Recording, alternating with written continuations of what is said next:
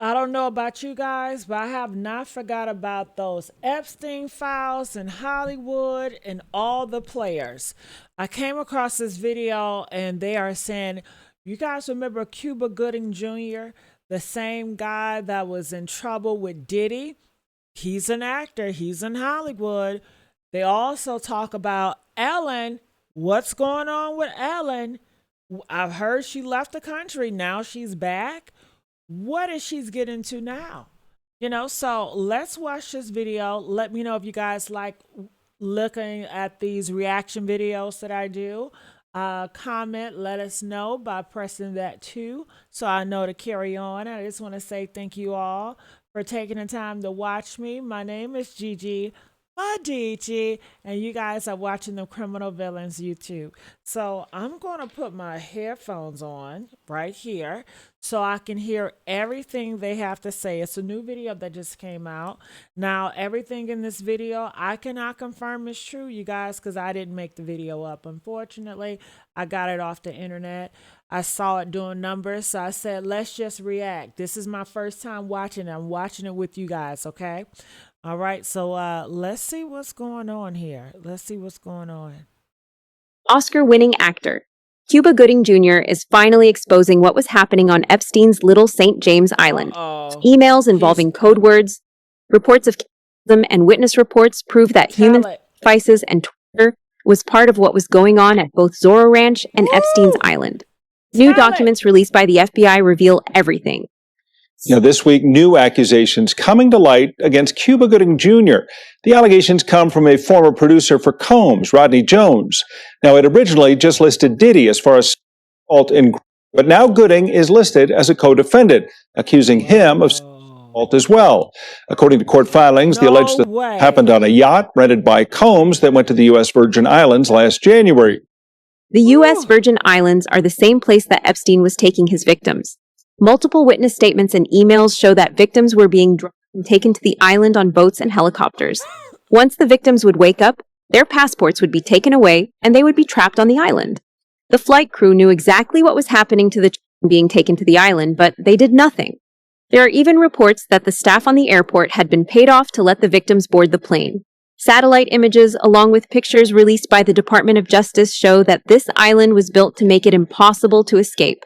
Shockingly, Epstein had a fully equipped dentist's office on Little St. James, decorated with the creepiest 3D faces.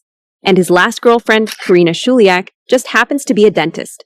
So why did Epstein have a dental office in the middle of nowhere? Well, according to one survivor, victims had their front teeth pulled so they couldn't bite back during sexual assaults.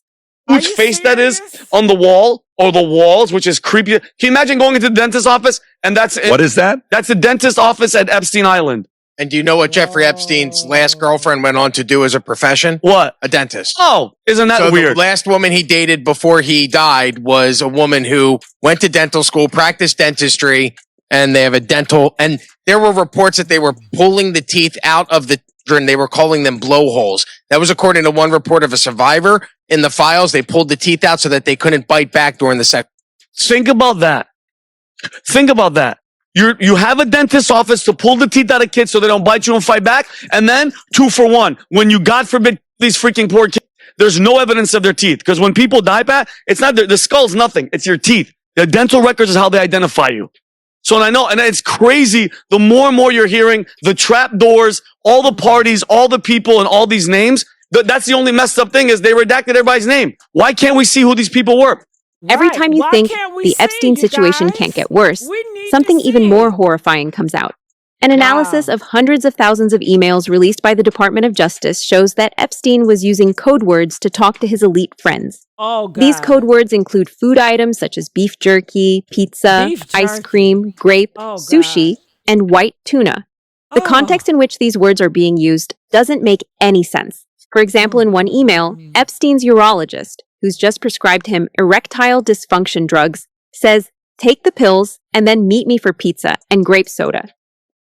And how dare you threaten me and call me names. I mean, I'm not getting paid for this. I've stayed out of it. I'm just getting too mad watching this. So even before the Epstein files got released, back when the Podesta emails were released and the original Pizzagate theory was born, and if you look through some of those Podesta emails, look, they're clearly talking in code.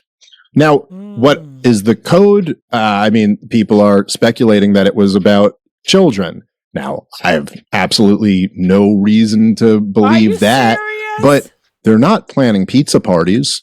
You know what I mean? Like, they're speaking in code when about something. Epstein's urologist, who's just prescribed him erectile dysfunction drugs, says, take the pills and then meet me for pizza and grape soda. That's in the Epstein files.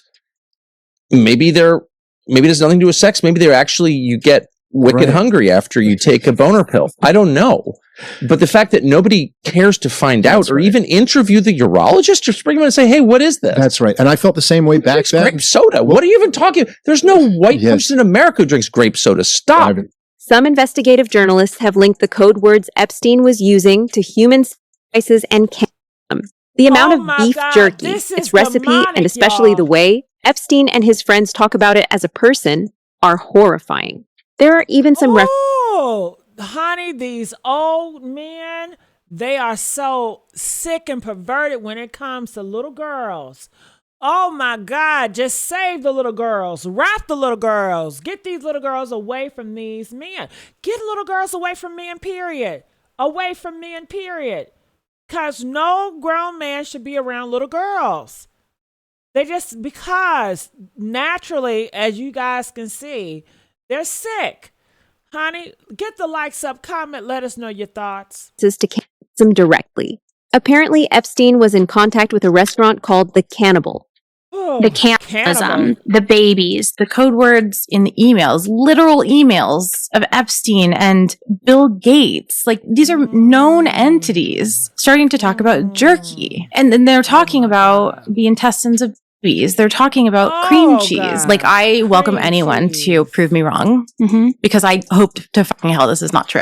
But when we mentioned jerky, that was the more elite human meat is what I'm interpreting this as. There were emails from people, redacted names again, saying, hey, I have 6 to 8 pounds of jerky in my freezer. I'm not sure what to do with it.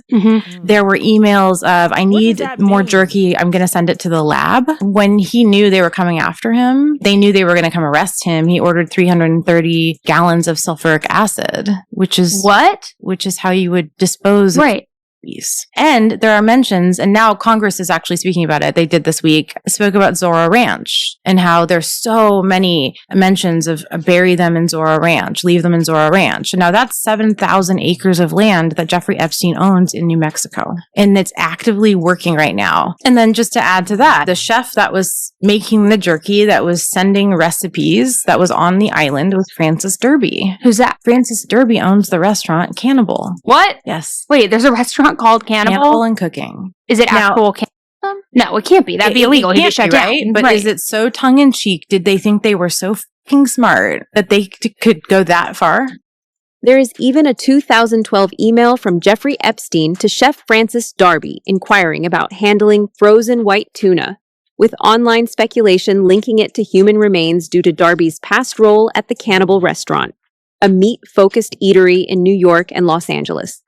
There are code words that suggest Jeffrey Epstein and his associates could maybe even be engaging in some sort of consumption. Is that human consumption? Are there code words? There's a lot of talk of beef jerky. There's a restaurant called The Cannibal where the owner is listed in some of these documents. Now, that isn't a restaurant that is just proclaiming to serve human meat by any means. But some of this just, it seems that there's a lot of conspiracies that make you wonder. And I saw more emails about Twitter, and these coded conversations still have a very clear topic that was big. It was a big driver for them. And these were sick people doing very, very sick things.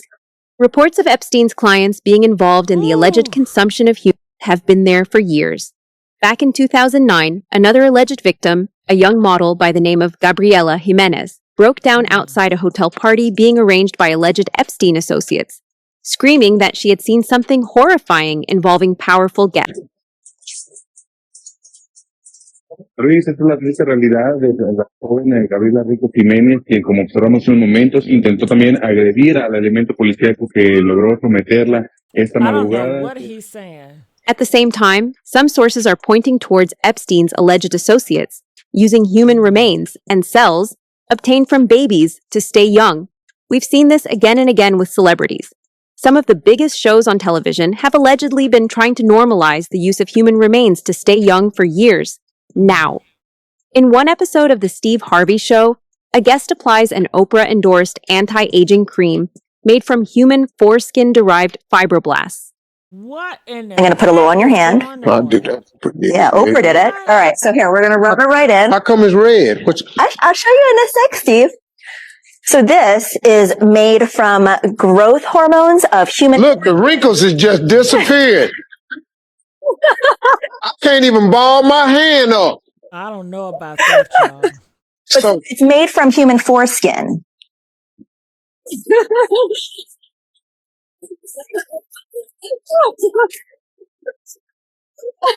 I'm sorry, Steve. You'd have sat up here and squirted somebody's private parts in my damn ears. Oh, God. Sorry. This your last time on the show. Oh, This my your God. last time. Not coming up in here. Ellen was accused of doing the same things. Rumors of Ellen being involved in an alleged circle and using stem cells extracted from humans have been around for quite some time. Reports online have also linked Ellen's changed appearance to her not receiving these treatments anymore after Diddy was arrested. In one episode with Sandra Bullock, Ellen and Sandra Bullock openly discussed her use of adrenochromes extracted from children. Okay, let's talk about this facial that you're obsessed with. How many, did you get the whole cast of Ocean's 8 to do this? Everybody. Okay, and good, smart ones. Just those that I thought would appreciate it. Okay, explain what it is. Well, it's this way in which one forces through microneedling. It's like a little roller with these. Some of you, I think many of you know it. And it pushes through the skin and ruptures the collagen, and then boosts it. You look like a burn victim for a day, but then it pushes. The What are you pushing into the skin, Sandra? Sarah? Carrie? What are you pushing into the skin? Well, you push in whatever the facialist would like to insert into your pores. But what is it? It is an extraction from a piece of skin that came from a young person, far away, and they somehow figured out how to extract. It's foreskin from a Korean baby. The only difference between these elites and Epstein was how they were allegedly using the bodies of other people for their benefit. Steve Harvey and Ellen were doing it to stay young, while Epstein was allegedly suing it for human consumption. In one email, Epstein even talked about the exact recipe that he was using for beef jerky. So we have some of these emails up right here. And again, like you have to think of these things, as you put it, Chris, as if you're in like a court of law and what you can prove and what you can't. Right. And right now, if you just looked at these alone, they don't definitively prove anything. But can we pull up that email you had up, Thief? The one that you had the perfect one up about the recipe. Yeah. Okay, go to the top one right there. So this one is called Jerky Recipe in the subject. It's from December 21st, 2012. It says, "Hi, Steve Hansen, no relation. On Jeffrey's Island is requesting the latest beef jerky recipe as Jay-He has asked her to try and make some. He says the last batch that you made tasted different, and I think he likes it as he would like to attempt it. Would it be possible to forward us the recipe? Thank you, Steve." This is the response. "But I've now been told it is the old way Francis was doing it he likes best and not the latest batch. So on LSJ on Little St. James is going to try and do it that way. I am in Europe, but with him on the island if you need to call to liaise about getting anything down." So obviously the number one point is they're not talking about real jerky here. We know that. It's code for something. Right. And when you go through some of the other emails that talk about how to refrigerate it, where to store it, how many pounds it is and things like that, your brain goes to some of that Peter Nygaard type. Oh world yeah, type things. absolutely. Now I've seen these, and I have access to the index emails as well. It's and I try to go through them when time allows. But yeah, I would guess, if I were a betting man, that they're not talking about actual beef jerky, not known to be an island treat. Woo, honey, when I tell you this Epstein file, you got to really pray about this. All this stuff, this shit is demonic, y'all. I don't even know what is really going on. I'm hearing it, but I'm not even understanding what the fuck going on. Comment, let us know what y'all think. Beef jerky? I mean, people eat a lot of fish down on the islands, and I'm sure other stuff too. But I mean, to me, this is code for something more nefarious. There is a horrifying journal entry by one of the victims in the DOJ release, which points towards Epstein and Ghislaine Maxwell forcing women to get pregnant and running a baby farm. Exactly what these babies were being used for hasn't been explained, but given everything else that was happening on the island, some investigative journalists claim that cannibalism was widespread. Sometimes we don't talk enough about what these accusers, what these alleged victims went through. So let me read you from these, again, what appear to be diary entries. Close your eyes, close your eyes, close your eyes. Don't speak, she doesn't talk. I can't stop shaking and it's been a week. A decision was made, but I can't tell Jeffrey. These things happen. Why didn't I close my eyes fast enough? The doctor was different again, I think from Israel. He had kind eyes, but didn't speak directly to me. This was different. A shot, and those rod-like things had a hook and so much pain. Ghislaine said to push all the pain away. I don't understand. Blood and water all over the bed, and she was right. Like a feeling when your tummy hurts and you have to push. She said to close my eyes and put her hands over my eyes, but I didn't close them because of these tiny cries. I am so lost. I saw between her fingers this tiny head and body in the doctor's hands. It reached its tiny arm up and had a tiny foot. I closed my eyes and no more cries. And when you go to page 20 of this particular packet, chillingly, there is even a picture of a sonogram on a page with the words, "She is gone and she won't be coming back." And next to what appears to be a poem entitled Child, you have passages such as, "Your clear eye is the one absolutely beautiful thing. I want to fill it with color and ducks." Now, we don't know for sure who this person is. We don't know if this claim is real. We don't know if this sonogram is the baby the person mentions. And also, we can't confirm whether any charges or investigations were launched because of this specific account or accounts. But it seems the allegation is clear, right? That she was impregnated, and as I'll get into, either by Jeffrey Epstein, or maybe she was a surrogate of some kind, but the baby was taken away. And what is interesting when we talk about her credibility, at least to me, is the apparent specificity of detail and acknowledging certain personal details about Epstein. At the same time, the presence of bodies being buried on Epstein's Zorro Ranch in New Mexico is also being investigated. State investigators are now searching Jeffrey Epstein's Zorro Ranch for the bodies of 2 victims who were allegedly strangled to death, according to the Daily Mail. The search comes after an email claimed that a former staffer had information that 2 victims were buried outside the ranch. Did you know somewhere in the hills outside the Zorro, 2 foreign girls were buried on orders of Jeffrey and Madam G? The email read. As Epstein's Zorro Ranch is being dug up, looking for buried bodies, numerous victims are coming forward saying they were drugged, had organs harvested from their bodies, and would wake up in an operation theater with no recollection of how they got there. New Mexico has begun to reopen a criminal investigation at Zorro Ranch in New Mexico, which was one of the many properties in which Jeffrey Epstein committed acts of abuse against minors, both girls and boys. We know that there was not only criminal allegations brought to the FBI and DOJ, but there was also a civil suit involving allegation against Jeffrey Epstein at the ranch. Mr. Indike, who is in the room being deposed right now, managed the ranch properties. And I asked a number of questions about what happened at Zorro Ranch. And I will say this, although I can't speak to what was specifically on the record, I was told today by Mr. Indike's attorneys that they were not even aware that the U.S. Department of Justice asked to drop New Mexico's case against Jeffrey Epstein. And so whether that is true, we cannot verify it, but all of this points to the fact that nobody is talking, nobody is telling the truth, nobody is helping us get real answers, and so the cover-up continues. The worst part is that if this is true, some bodies might never be found. Emails from Epstein show him buying large quantities of sulfuric acid just days after his indictment. There are claims that Epstein wanted to use this acid to get rid of any evidence linking him to his crimes. Details about what kind of evidence he was trying to destroy haven't been made public.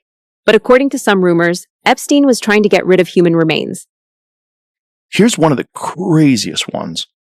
The day he was indicted in 2018, the very next day he ordered 330 gallons of sulfuric acid.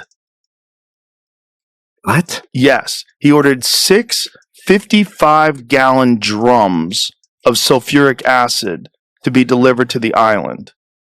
And so there was a lot of people online saying, oh, that was probably for his desalination plant. It's probably like a regular thing they need to order. So then someone else did a deep dive and said, no, this is the first time this was ever ordered. Check that again. I saw there was 2 other ones. Oh, there was 2 other orders? 2017 and 2015. Oh, so that guy could was have been wrong. the first one from that company, potentially. Ah, that makes sense.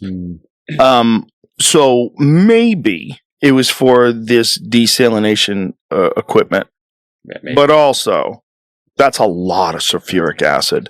You know, if I needed 5 gallons for my desalination equipment, but 239 gallons or whatever it is to burn kids. Yeah. To get rid of bodies.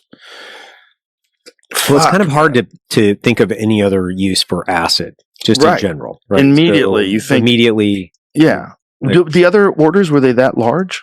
let me check. Because here's the other thing. I mean, how long has he been killing people? How long have they been boiling bodies to get rid of them? I mean, if you do have, for lack of better words, let's call it a service. And this is Joe speaking. You guys comment. We need all hands on deck. If you guys want to get to the justice in the bottom of it, you guys know we got to fight and we have to continue to fight.